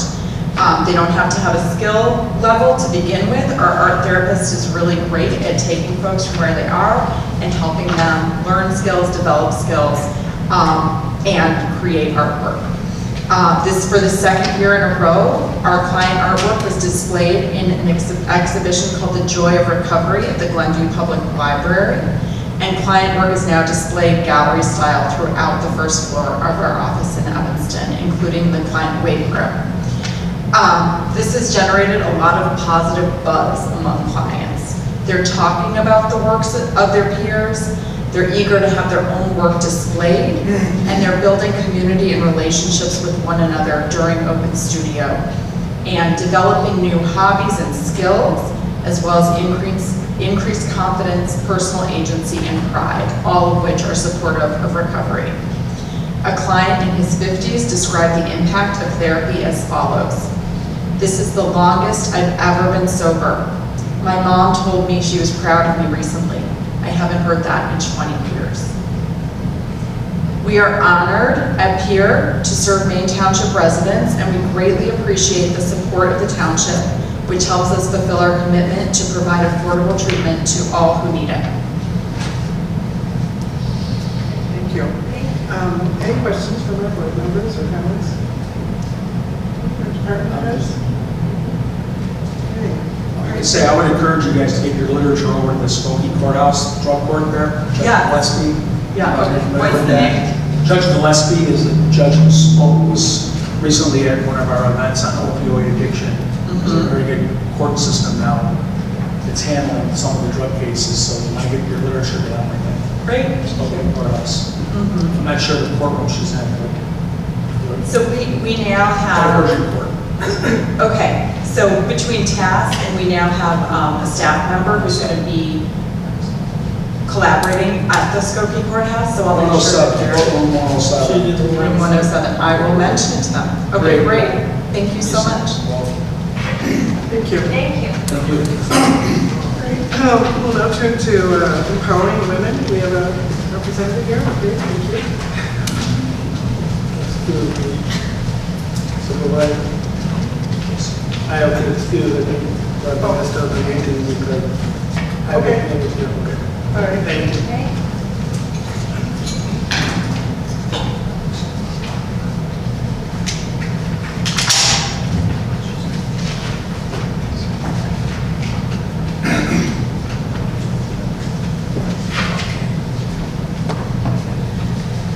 Would you like to introduce yourself? Yes, absolutely. Good evening, everyone. My name is Arshia Sned, and I'm the Executive Director of Empowering Women, NFP, and I have here with me. My name is Jaffer, and I am the Treasurer for Empowering Women NFP, the volunteer treasurer. We try to use volunteers for everything non-program related.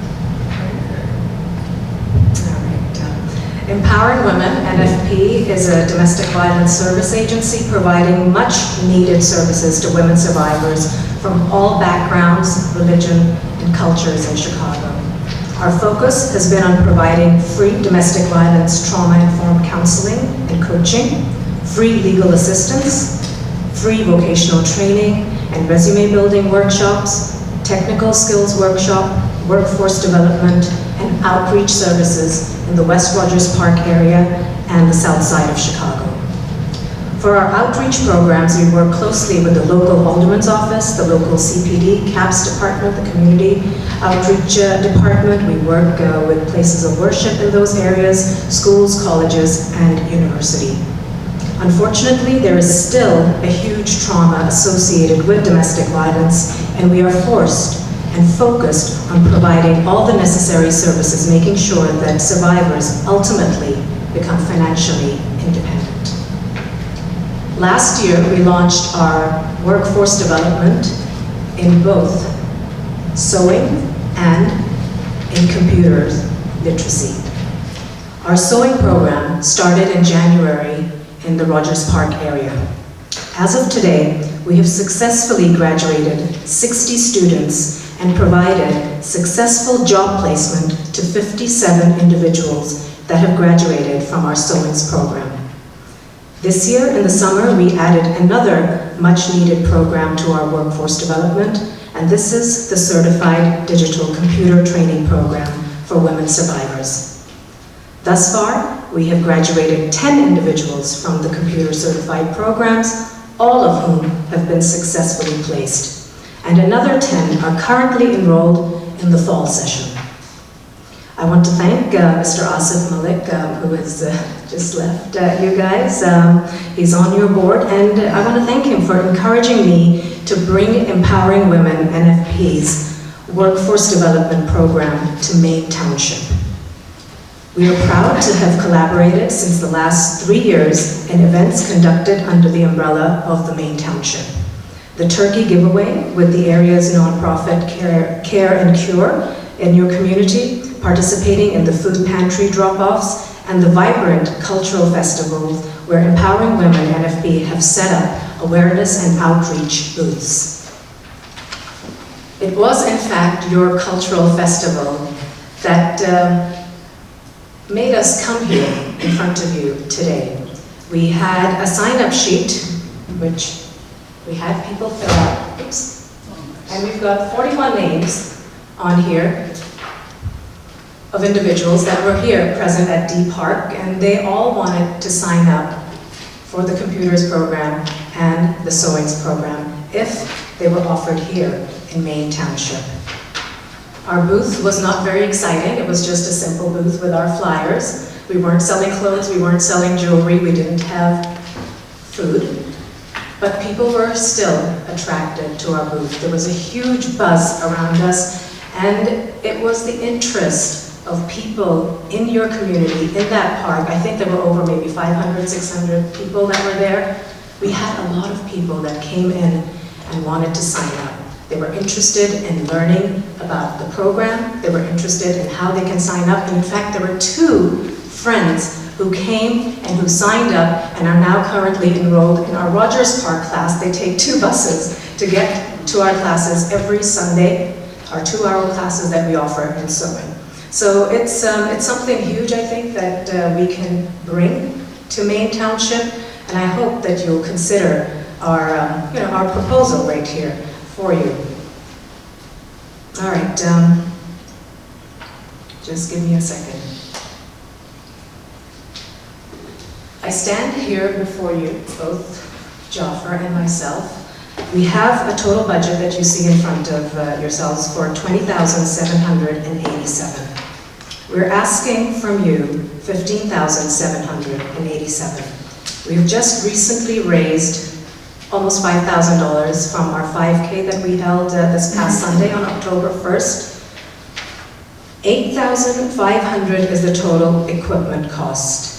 So the equipment cost is the purchase of the computers and the purchase of the sewing machines. And that is a one-time cost.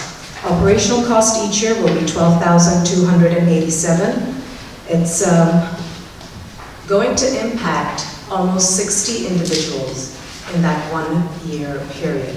We'll be providing these classes for 10 weeks for the sewing class, and there'll be 3 sets of sessions that will take place, and we'll also be doing the same for the computers There'll be 5-week classes, and we'll offer 4 sets of classes for the entire year. So 60 individuals in Maine Township that will be benefited. We will also hire instructors from within Maine Township. So that's a way of making sure that we give back to the community, almost 9,638. So instructors too will be hired from Maine Township. If you guys have any questions, feel free to ask me, ask Jaffer. We look forward to your support. We look forward to making this impact happen right here in this community. We in fact have also received a grant from the state of Illinois, and we will be starting our skills development workshops in the south side of Chicago, in the Woodlawn area.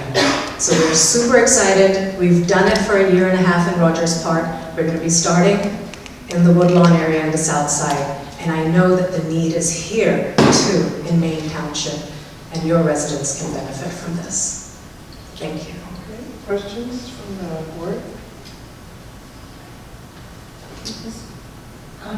No, it's not a question, but one thing you might want to, just a suggestion for you, there's a program called the Sewing Machine Project, and you can actually apply for grants and they will send you sewing machines. Oh. So it might be something to look into. That's absolutely, definitely something to look into.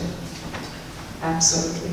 I did have a question about the sewing program. Do women actually get jobs sewing, or is it just for personal use? You know, it is for both. They can apply to become a seamstress. They can work independently from their home. There are lots of opportunities for them to, take in people's clothing instead of working at the laundromat. They can do this in the comfort of their own home. And the 2 ladies that I was talking to you about, for them, it was very important to learn that skill and be able to use that skill in their home because their husbands did not allow them to work outside the home. So this was a great opportunity. He agreed for them to take these free classes, learn the skill, and right now they're in their 3rd week of learning, but once they have learned the skill, they do have the opportunity to do something from the home, whether it's an in-home business or they can take on clients. We also have an individual that has reached out to us by the name of Susan Alinko. She is the chairperson and the founder of Lens Flare Designs. She designs these high-end designer scarves, and she used to outsource her workmanship of the scarves. She would design the scarf, but the finishing for the scarves would be sent either to China or to India. But after COVID, she realized that, no, I want to use those individuals here in the US, so why not? And she has hired our women that have graduated from our certified sewing program in the Rogers Park area. She delivers the scarves to them. She delivers the thread to them, and they do the work on it. They're paid a little more than minimum wage, which is perfect for sitting at home and getting paid. And that is something that we can also bring to Maine Township. I have a question too. Just curiosity, why the address 310 South Michigan Avenue, Suite 1303? I know some of your past customers, I guess, are Chicago people on South Side, but where do you expect the services to be provided? That's a very good question. So we started during the COVID times, and we realized that we could do a lot of our work via Zoom. We didn't need an office, we didn't need a place, we didn't need to waste money for rent. So we find the communities, the locations we serve in. We serve in West Rogers Park area. Our computer classes, our sewing classes take place at a church, Stop Church on Granville Avenue. In the south side, we work in Woodlawn. Woodlawn, there's a church, Living Hope Church. So we use their space. And again, in Maine Township, we're hoping to find a location, maybe even here in Maine Township. I know that you guys have classes. I don't know if it's something that can be done. We can talk about it more. But yes, we find communities that want to work with us, that want to partner with us. We don't need an office space to waste money on. So, just to follow up on Trustee Myers, are you paying for rent at office space at 310 South Michigan? It's our residence. Yeah. Pardon? It's our residence. Okay. I used to work in that building before they converted it to Okay, so it's Work at home tax advantages, okay, very good. All right. I mean, again, it's important to save as much money as we can. We don't see the need to have an office because we are working so remotely at least. We can move the services around. We hire people from within the community and make it happen. All right, department head questions? Okay. All right, thank you very much then. Thank you. We didn't want to ask any big finance type of questions. Thanks, guys. Thank you. Thank you. All right, resources for community living is our next one. Resources for Community Living, they emailed me today. They're going to join us on November 9th by the hearing. All right. Then do we have Family Behavioral Health Clinic? Are they here? Yes. All right, where's Seth at? He told me he was departing for tonight. Okay, all right.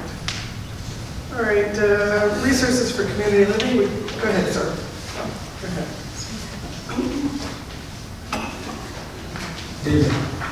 Good evening, everyone. My name is Fred Smith.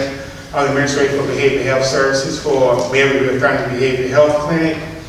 We are located at 701 Lee Street and Suite 100. We've been a part of the Maine Township community since 2014. Maine Township has been a great partner of ours since 2017, helping us fund and be able to provide services for the Maine Township community. Family Behavioral Health Clinic provides services for mental health services and also for substance use services. We do individual service, group services, adolescent, children's, also family and adults. Within the last year, we have focused in on more services for adolescents. We've learned through research and data that during the COVID years, our young children have suffered so much when it comes to mental health and connecting with others.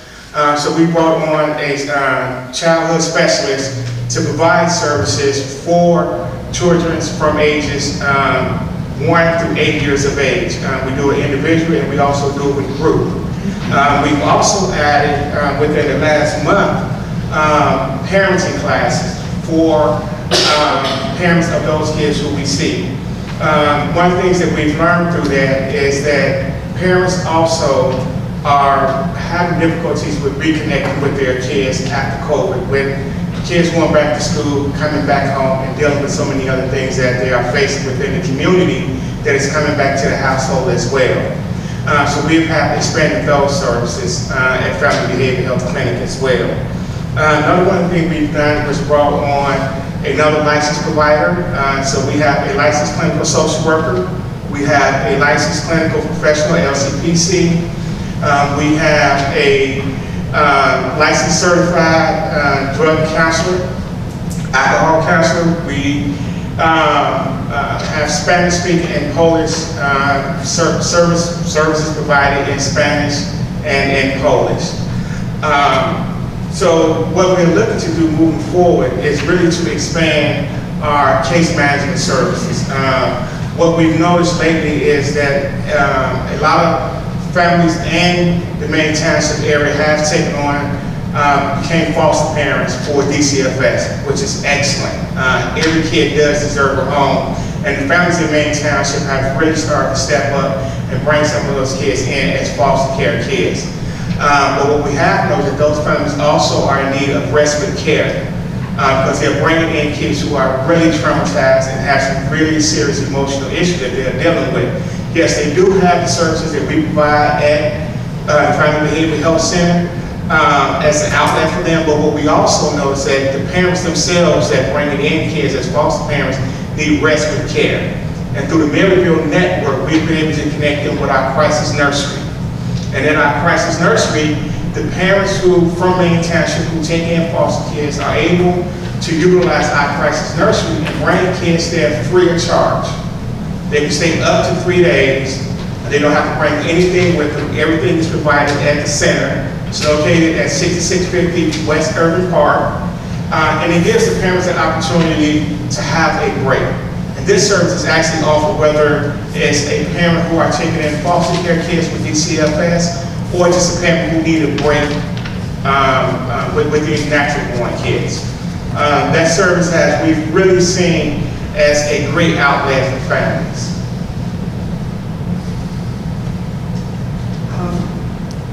Do we have any questions from the board members? I had a question, you probably said this, but what are the ages of the children that you serve? We serve kids from 5 years of age all the way through adults. So our kids program that we specialize in right now that we're starting with therapy play is from 3 to 8 years of age. Oh, 3 to 8, or 3 to, I'm confused. 3 to 8 for our therapy play groups that we just recently started over the summer. That is a specialty group that's just for that particular age group. But for any other kid that's coming in just for your traditional mental health services, it's from 3 through high school and continue through adolescent and adulthood. Any questions from the department heads or comments? I had a question too, right? Yeah, by any chance, Fred, are you guys minority-owned business by any chance? Do you have that status maybe? No, we are non-for-profit and we are part of the Everville Academy. Okay, which is that the one on Central? Yes, at 1150 North River Road. Okay. And how long have you been with this entity? I've been with Maryville since 96. October 16th actually be my 27th year. After that, thank you for your service. Okay. Thank you.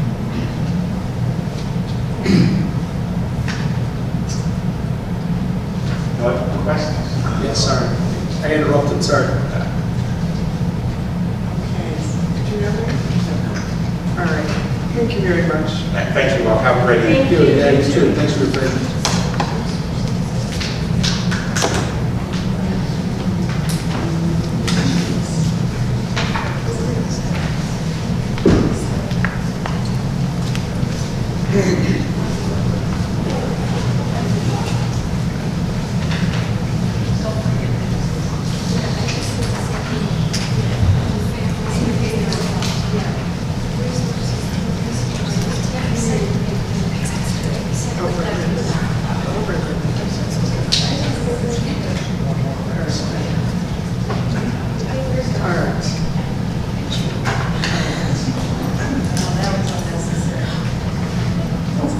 Okay, I think we have one more. Yes, correct. Oh, yes. Okay, Center for Enriched Living. Can I just step up? Thank you. Hi. Good evening. Last but not least. Yes, last but not least. Actually, this time is perfect. I got to go see my kids play their volleyball, so that's perfect. So thank you for accommodating that. My name is Karen Fay, and I'm the grants manager at the Center for Enriched Living. I've been there for about 7 years. CEL, or Center for Enriched Living, provides programming for individuals with intellectual and developmental disabilities. This year, we are celebrating our 55th year of service. Our primary objectives is for individuals with IDD, or intellectual and developmental disabilities, to live full, enriching lives, including opportunities to learn new skills, make friends, find jobs, find mental and behavioral health treatments, and be treated as equal, valued members of the community. This past year, we served over 380 individuals, ranging in age from 13 all the way into their 80s. Some live at home with their loved ones, their guardians. Some live independently, and some live in residential area agencies. Last year, we served in the application, it says 20 Maine Township individuals. I just ran the numbers today. We have one additional individual who is now in some of our evening programs that started this fall. We are located in Riverwoods, which is not too far from here, and serve about 50 different communities, including Maine Township area. If you have not been to our building, it is a beautifully renovated universal design building that has a full kitchen, has multiple rooms. It's beautiful in the sense that it has everything that our members are looking for and needing. We have access to an art area and just the ability for members to have the programming that they're looking for. If you didn't know, Illinois is ranked at the bottom in serving individuals with intellectual and developmental disabilities.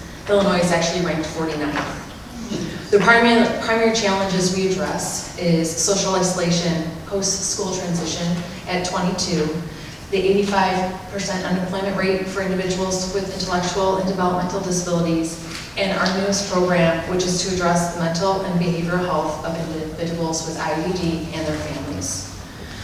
As I mentioned before, we welcome people of all ages and abilities, youth, adults, and seniors.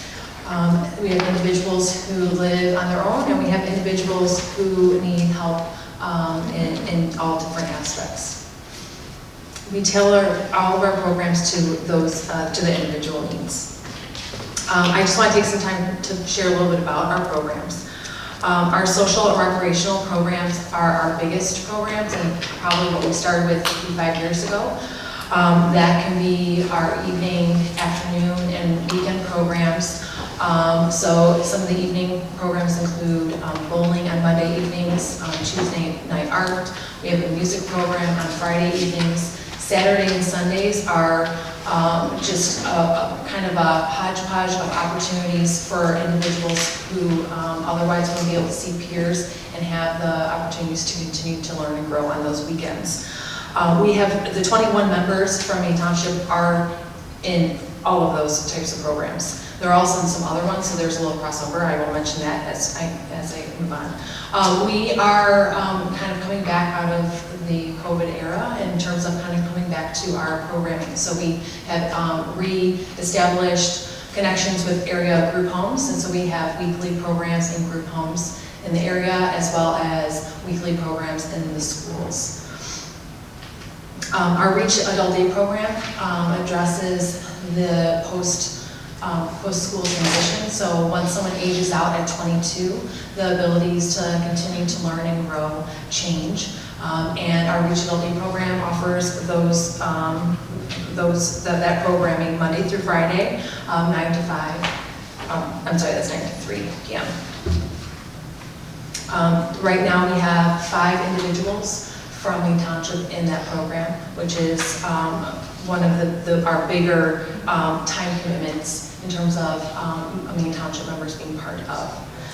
One of our newer programs started this year is our Catalyst Life Skills program. It's a new day program that will be individualized, but really focusing on those living skills that individuals are looking for.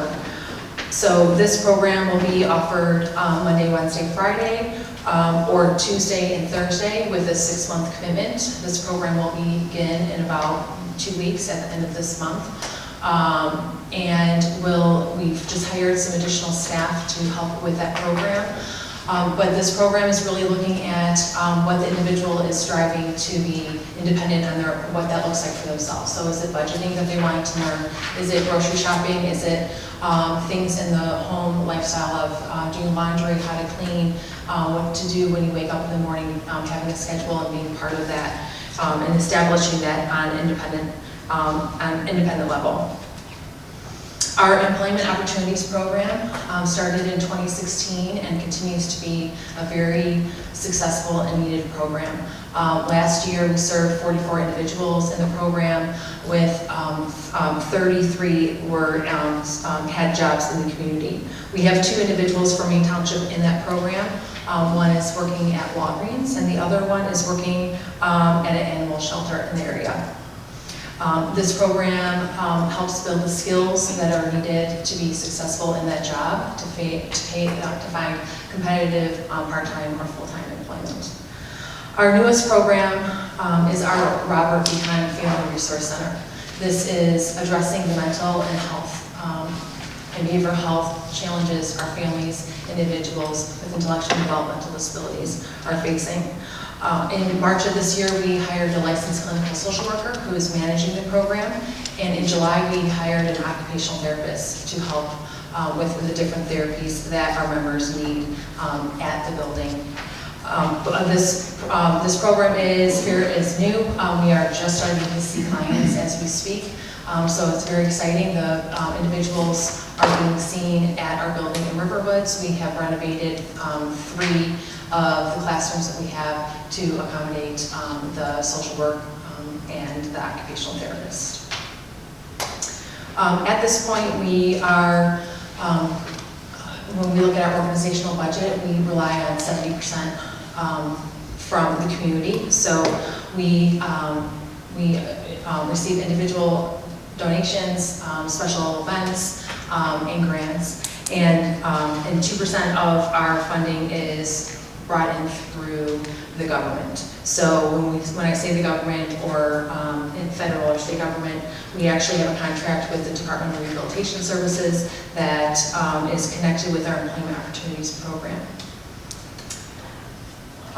We do have a small fee for many of our programs. We have a scholarship program or financial assistance program for families that are in need. Last year, Maine Township received $4,200 from our financial assistance to ensure that those families and individuals were able to attend our programs. And with that, I will open it up for questions. Thank you so much for your support and just your ability to help us serve individuals with intellectual and developmental disabilities. Thank you. Any questions from board members? The people you serve, these are probably people who can't do any kind of work, so it's mostly, is that right? So individuals, they might have all abilities. So there's individuals that may live independently and they are able to do certain skill sets and a variety of things. Okay, but the focus of the services is not to get them jobs, but to give them other opportunities to enrich their lives, right? Not necessarily put them to work. So one of our programs is the Employment Opportunities Program, so that would be focused on finding employment for these individuals. But then we also have the social and recreational programs that are offered at different points in our Adult Reach program, which is... A little bit of both, then. Yes, exactly. Work and recreational stuff, okay. Questions from the Okay, all right. Thank you very much. Thank you very much. Thank you. That concludes our list of applicants for this evening. And I have a motion to adjourn. Oh, yeah, we did a motion with it? Okay. All in favor? Have you got that?